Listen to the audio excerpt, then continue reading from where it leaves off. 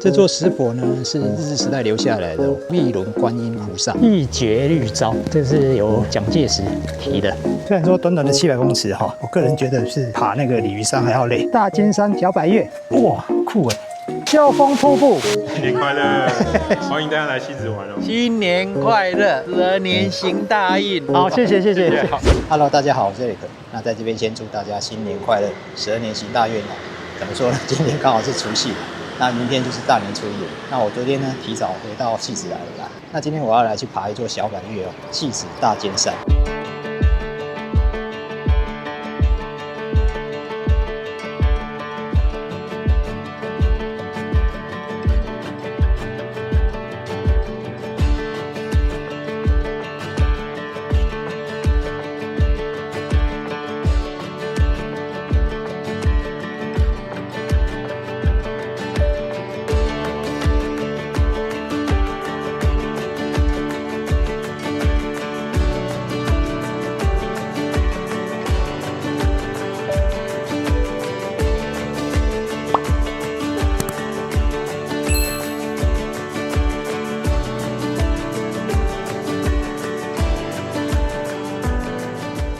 那因为昨天呢，就提早一天回到汐止嘛，所以才剩下我也去拜访一下我们的汐止文史工作者翁琛耀先生哈。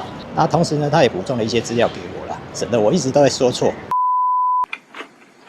那如果我们要去爬汐止大尖山呢，其实基本上有2个方式。第一个是在我们汐止火车站这边嘛，哈，那个对面那边有汐止巴士911，哈，你可以搭乘那个巴士直接到天秀宫那边下车，那边就可以上去。那第2种方式当然就是自行开车到天秀宫。那我今天采取的方式是第3种方式，就是要从汐止火车站这边徒步上去。所以我在抵达天秀宫之前呢，还有2处景点想跟各位介绍。那至于是哪2处景点呢？好，大家等一下就知道了。好，那话不多说，那我们出发吧。那在这汐止车站的左边这条路呢，我要往这边走哦。好，那第一站我们要去哪里了？我们要去进修禅院。好，我刚才 Google 了一下，从汐止车站到进修禅院大概是750公尺啊。其实我现在走的这个区块呢，它的旧地名叫街后啦。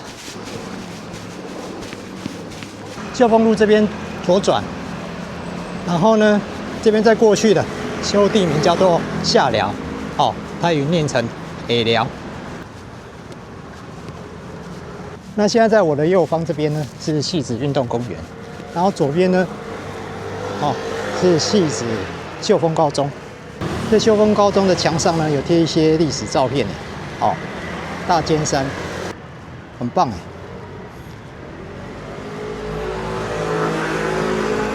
哇，1987年林恩台风，哇，你看淹很厉害。这个叫潘厝啦，好像也被拆除了啦。拱北店1901年建的哦。等一下我们去看那个进修禅院哦，它是由苏树生的儿子嘛，苏尔明，那为了他的母亲所建哦。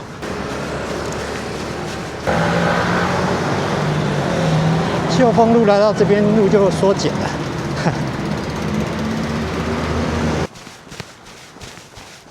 好，过了这个仁爱路呢，继续直走。前面出现2条岔路，其实这边的车子非常多，你看，好危险。这边有一个指示牌，大尖山要往这边去嘛。然后今天要去的地方分别为进修禅院与杜月笙墓园。走进来50公尺就看到进修禅院了。其实这进修禅院呢，平常是不开放的，不过今天是除夕好像很早就把门打开，我们可以进去看了。在这个正殿的右侧呢，来跟各位介绍一尊石佛，就是这边。这个是日治时代留下来的石佛啦，叫如意轮观音菩萨。大家或许会以为它是4国88尊佛的其中一尊，不是的哦，它是属于西国。西国其实有33尊呐。那所谓的西国33尊佛都是属于观音林场然后这个第一幡是来自于清岸杜氏是位于和歌山。我们进去看一下哦。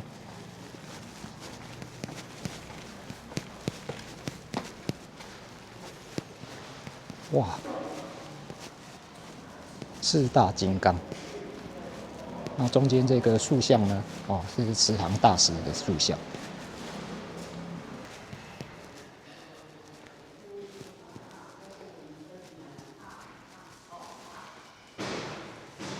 今天遇到2位粉丝，大家好，新年快乐！欢迎大家来西子玩哦。哎，对对对，好，谢谢你们，谢谢你们，谢谢好好，拜拜。这边有一个宝塔造景，哇，好酷哎！好，我刚才数了一下，总共有18尊，也就是18罗汉的意思。好，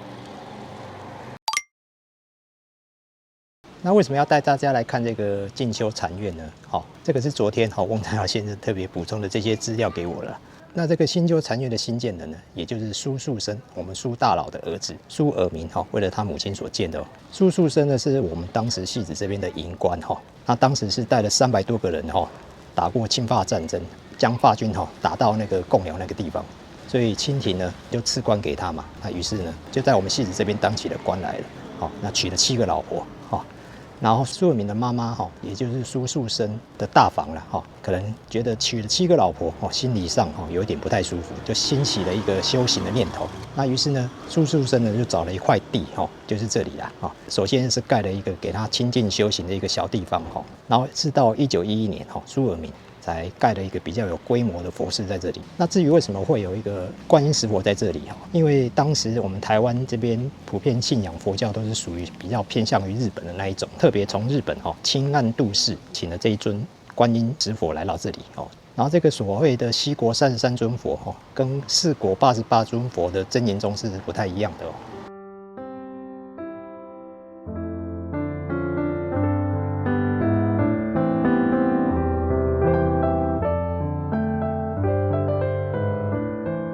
好，那我们下一站要去哪里呢？我们要去看杜月笙墓园。那我们出了大门之后呢，要立刻右转，从进修禅院的左侧这条小路进去。这个路口其实有一个杜月笙的介绍像我们那个年代，有一阵子是非常流行那个港片嘛，或港剧啦，那所以大家对杜月笙都不太陌生。这个是进修禅院的后院。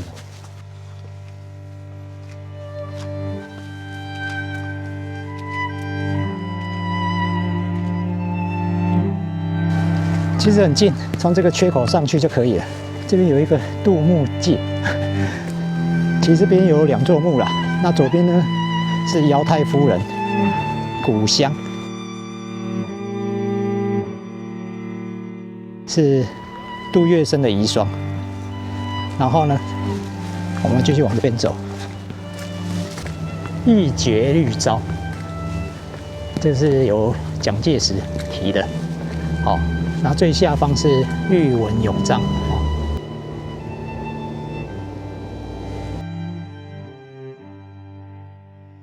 那其实关于杜月笙这个墓园其实是有争议的啦。普遍大家都认为说这边葬的只是杜月笙的衣冠嘛，也就是俗称的衣冠冢。那一方面的说法也就是文史工作者他们都是肯定的认为说这边葬的的确就是他们的遗体其实他们是有查阅一些资料才会是这么说的。这个理由非常简单嘛，就是1951年的时候国共内战已经到达，就是简单讲就是国民党已经大败了。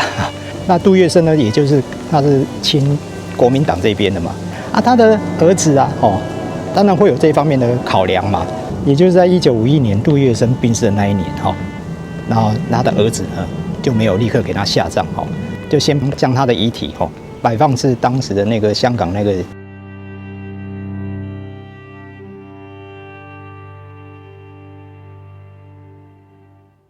然后后来呢，就将他的遗体跟棺木连同搭船过来到台湾这边了在台湾这边其实他已经有3个儿子已经在这里了就在码头迎接这个杜月笙的遗体之后呢，就把他移到我们台北这边的殡仪馆。那蒋介石呢，其实有做一些协助他们寻找这块点其实也花很多时间据说是从什么七堵、八堵那边沿路这样一直寻找到觉得这个地方觉得是一个风水宝地，再把杜月笙从殡仪馆移就到这里埋葬。所以我们的文史老师都是斩钉截铁说，这边确实为杜月笙的遗体的真正的埋葬处。当然，这个墓园呢来经过时代的变迁好像有经过移动过了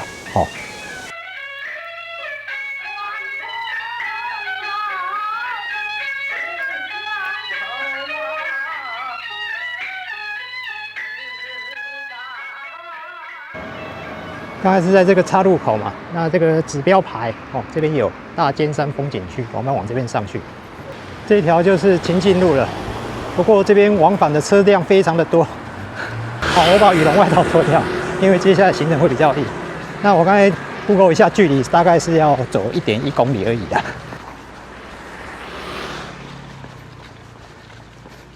当然，你要搭社区巴士更好啊，不用走那么一段了哦。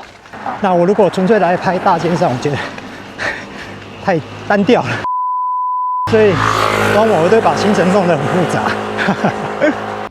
在网络上有看到你哦，是啊，专门在介绍那个戏子的这些。没有专门呐，我只是偶尔介绍一下而已。要不要跟大家说新年快乐？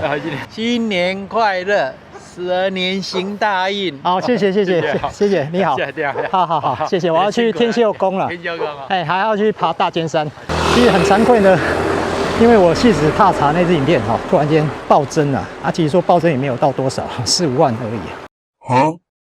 不过呢，我现在来到戏子，从昨天到现在，在路上不断的遇到一些粉丝，觉得很不好意思。好，如果有错误的话，再烦请各位跟我更正。那这方面我会加油哈。那我现在应该常常会去找我们的翁昌耀先生，另外还有一位姚大哥。前面有一个岔路口，我们等一下要往右边走哦。好，那直走当然是可以啦。那公车的话是走这一条。好，这边有个站牌。这个只有一班车，叫 F911，哦，是我们的戏子社区巴士，是免费的哦。这个徒步也有这个好处啦，你可以穿越一些比较接近嘛，应该是。你车子就不可能走进来到这里了，顶多就是到这边嘛。然后这边有阶梯啊，好，哇，哎，挺美的耶，漂亮。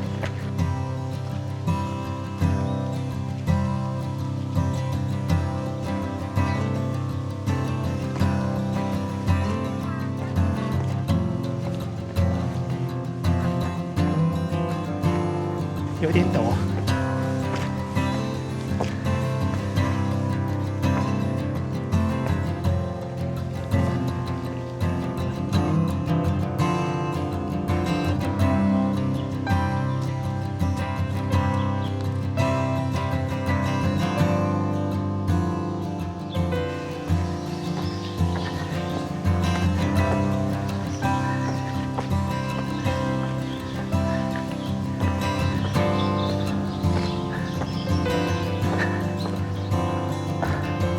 距离天秀宫还350公尺，这段上去就到清境路了啦，就是清境路咯。左边呢是往圣德宫的，那我要继续往右边走。其实我们戏子这几十年来也来了很多移工了因为他们可能也没有像我们一样有过农历年嘛，所以都还是会继续留在我们台湾休长假。其实从这条步道就可以到大尖山了啦。哇，这个一看就很陡哎。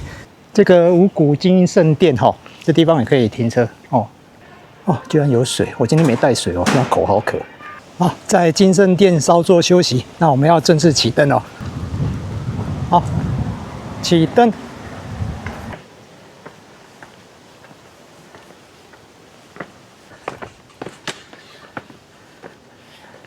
想不到来爬山的人还蛮多的。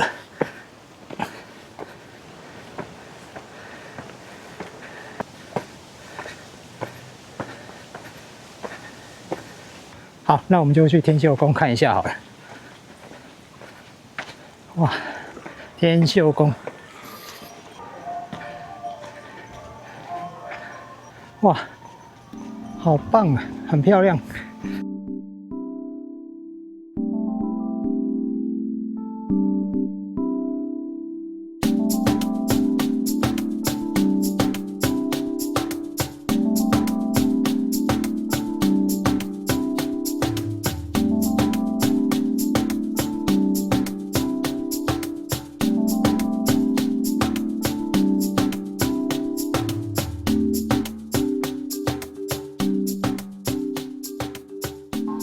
好，那步道入口呢，就是要往这边上去哦。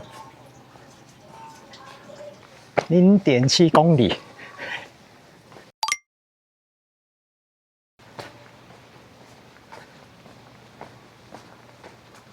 这才是真正的启灯啊！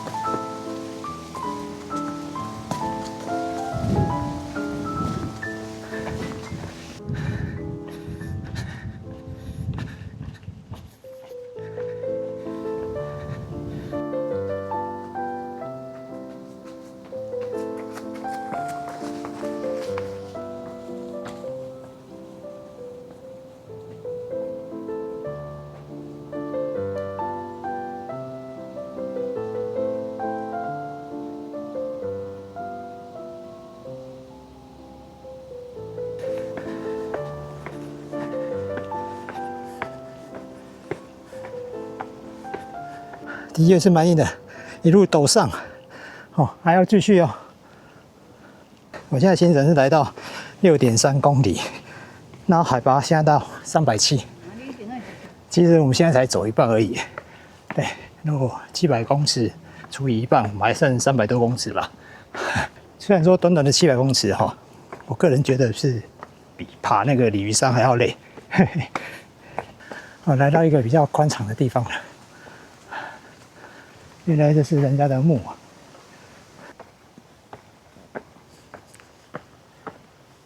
给各位看一下，哇，好陡啊！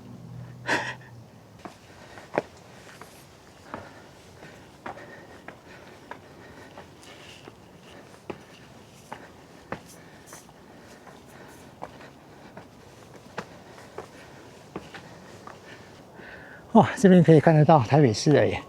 哦，101。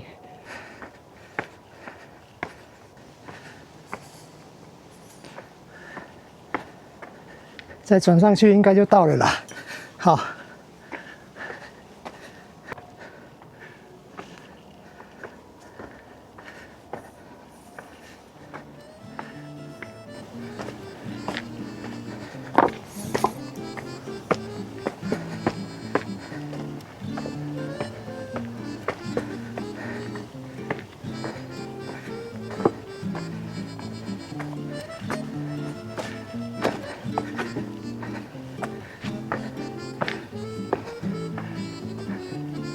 耶，到了。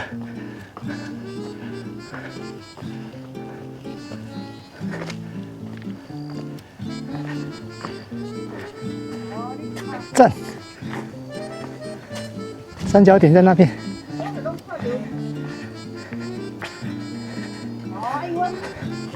这应该是这个吧？怎么会是在这边？大尖山小百岳。哇，这个真的是展望非常的好，好，101，好，然后前方呢，好，看到了西湾路江北大桥，好，这个就是汐止啊，好。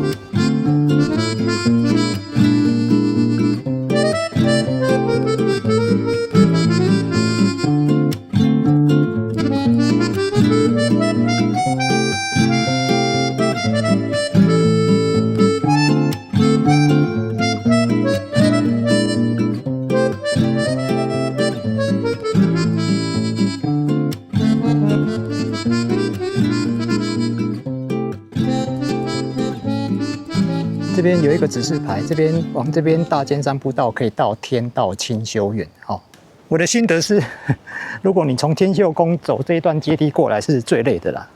不过呢，你不见得要一直走不停啊，你可以边走边休息哦。反正700公尺嘛，说长不长，说短也不短。这里有一个大尖山步道导览图哦，从这边走呢，可以到4分子尾山我们现在在这个地方嘛然后呢，我如果从旁边下去，可以到秀峰瀑布，然后我继续走可以到天道清修院。那我刚刚想了一下，我要从这边下去，我要去秀峰瀑布哦，那边好像还不错。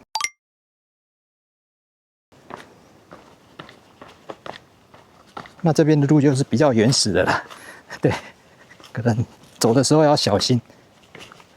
还好旁边都有一些护栏，这些石阶其实都很滑，你看很多青苔。所以我是觉得穿登山鞋可能或许会比较好一点。哎，猴子嘿，现在在台北可以看得到猴子，我只看到1只怎么那么少？猴子应该都是一群一群的。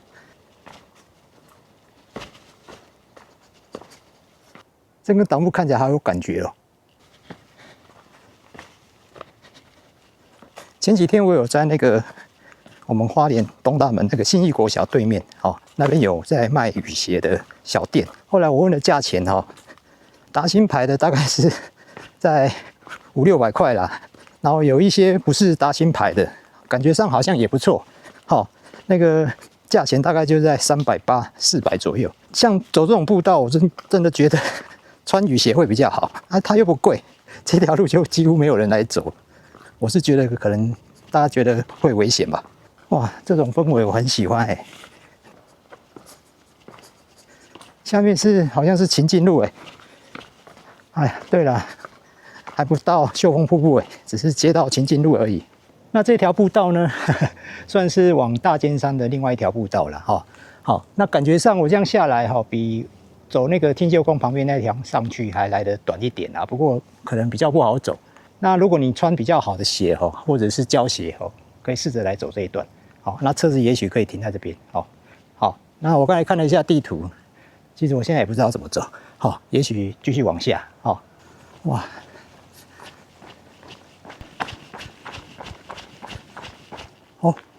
有一个路标指示，天秀宫1.1公里，那秀峰瀑布350公尺。要从这边下去。没错。不过从这边下去应该都是下坡吧，应该是往右边下去。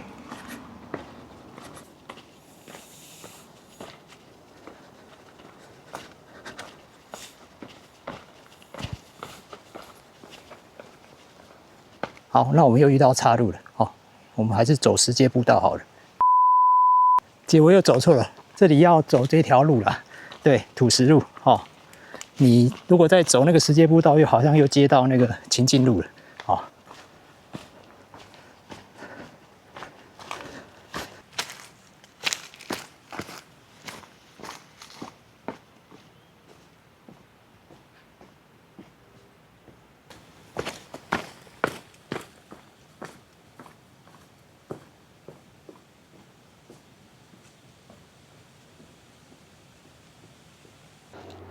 又来到了一个岔路口，那这个下去呢，好像又接到大马路嘛，然后呢，我们要继续往这边走，总算有看到登山步条了，哇，这块大岩石，哇塞，好壮阔，好大的一块岩石啊，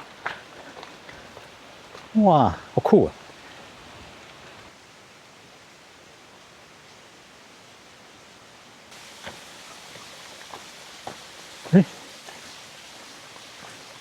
是吗？哪有可能？怎么那么小？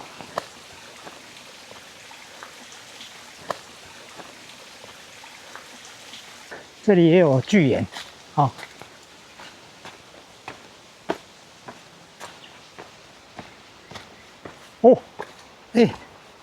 那什么？好酷啊！哎呦，这什么？这边还有一个景观平台，应该是有名称的，我等一下来查一下。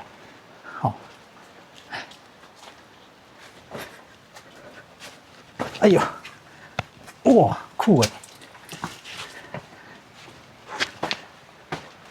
哦，有看到指示牌了。那现在我们人在这边，那距离秀峰瀑布不远了，就继续往这边走。哦，那我刚才查了一下，这个地方叫做龙船洞，哦，就是形成了一个天然的一个夹角，一个洞口。这个岩石下方有摆了几尊佛像。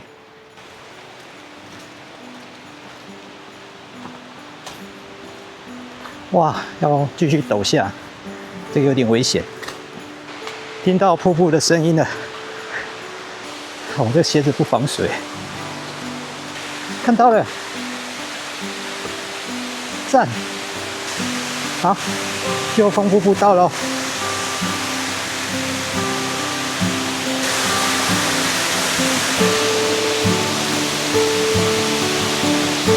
秀峰瀑布，耶！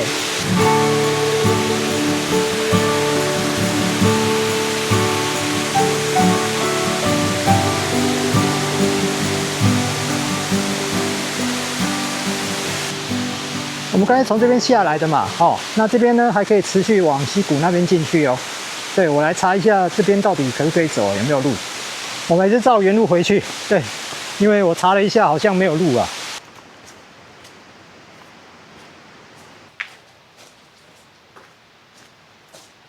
我们来到这个岔路口了。哦，我刚才查了一下，这条路下去可以到，应该是到秦晋路吧？没错，这边可以接到那个秦晋路的一个弯道。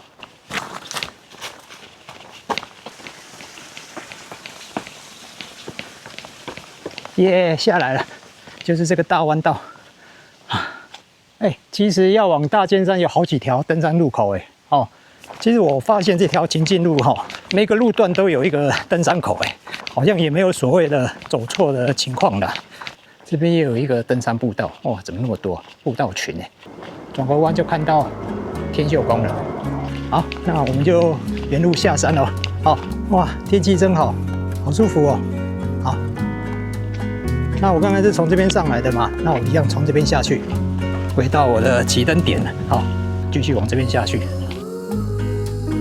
那今天的影片就到这边全部结束了。那我今天所走的轨迹呢，我会输出那个 GPX 上传到静静笔记嘛。那资讯栏里头有连结。那如果喜欢我的影片的话，就帮我按赞、订阅、分享。如果想要知道我花莲生活动态后山日志的话，就 follow 我 IG 哦，我就在对发表文章。祝大家运动愉快，天天平安，健康快乐，新年快乐！我是 Eric， 我们下一个影片见，拜拜。这路旁呢有一个水沟，圳沟啦，不要小看这条圳沟哦，这个是有历史的啦。我猜测这应该是康靠溪最早他们引流下来的那种灌溉沟渠啊。这里有 U-Bike， 我要在这边骑 U-Bike 回家了。电动的话30分钟是20块啦，不过我也没得挑了，现在每一台都不能骑。